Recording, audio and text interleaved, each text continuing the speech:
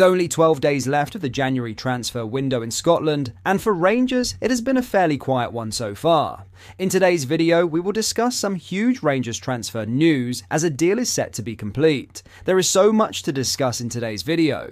But first, please make sure you hit that like button and subscribe to the channel to join our fast-growing community. First, Amorim makes honest assessment of Manchester United's squad prior to Rangers' match. Manchester United manager Ruben Amorim has stressed the importance of his side, scoring the first goal against Rangers on Thursday night. The former Benfica coach revealed that there's an anxiousness from his players every time they step out on the Old Trafford pitch, with United losing 4 of their last 5 home matches while continually giving away cheap goals.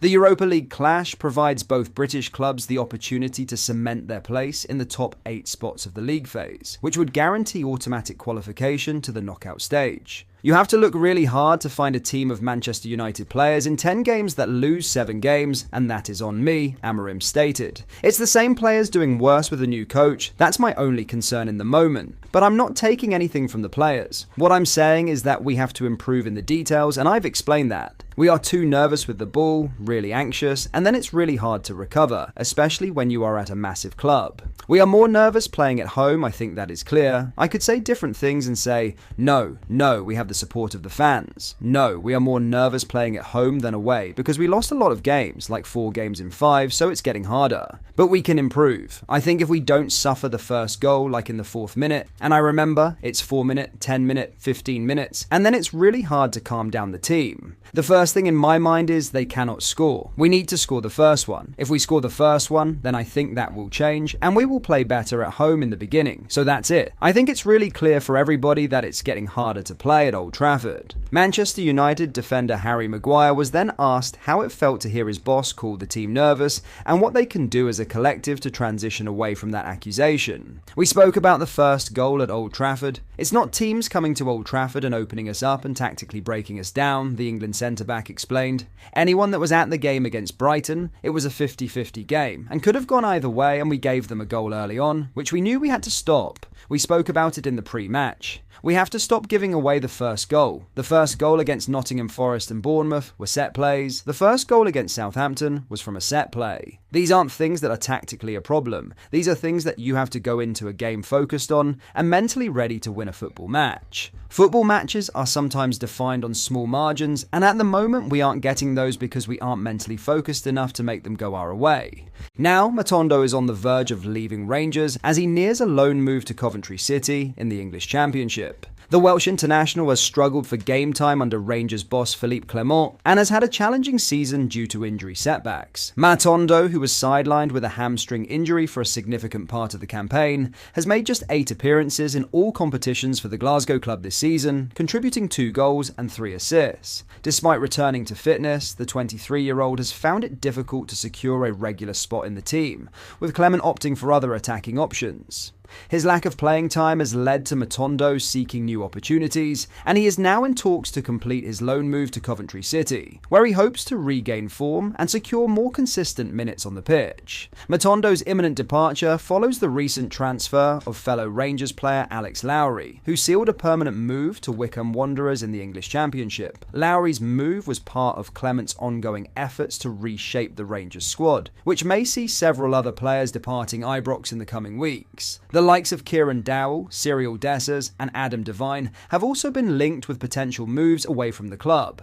Clement is actively looking to raise additional funds during the January transfer window to bolster his squad for the second half of the season. So far, he has brought in defender Rafael Fernandez on loan from Lille, but the Belgian manager remains keen to add further reinforcements before the transfer window closes. For Matondo, a fresh start in England's second tier could be the ideal opportunity to kickstart his career after a frustrating period in Scotland. While the speedy attacker showed glimpses of his potential during his brief appearances for Rangers this season, a move to Coventry City will offer him the chance to play more regularly and rediscover the form that initially brought him to the attention of Rangers in the first place. As Matondo nears his loan move south of the border, both the player and Rangers will be hoping the deal proves beneficial for all parties involved. For Rangers, it provides an opportunity to free up space and funds for new signings, while for Matondo, it offers the chance to reignite his career in a highly competitive league. With the transfer deadline approaching, all eyes will be on how Philippe Clement continues to shape his squad for the challenges ahead. It is sad to see that this seems to be the end of the road for Matondo at Ibrox. The Welshman has shown glimpses of quality during his time at Rangers, last season becoming one of our most on-form players before getting injured again. It's not nice, but Matondo's time has been dominated by injuries at Ibrox, and the lack of availability means it makes no sense keeping him around. A loan which will hopefully turn into a permanent sale next season, which will probably be for pennies, however it will be one more wage off the bill. Let's hope he can find some form down south and allow us to get some of our investment back for his services. But let me know your thoughts on this deal down in the comments. Before we get into the next story, make sure you hit the like button and subscribe to the channel for more Rangers content. Thank you, let's get into the next story. Finally, Giovanni van Bronckhorst is the obvious choice for Feyenoord manager return, according to Dutch legend. Giovanni van Bronckhorst is the right man for an emotional return as Feyenoord manager, according to Dutch hero Wesley Sneijder.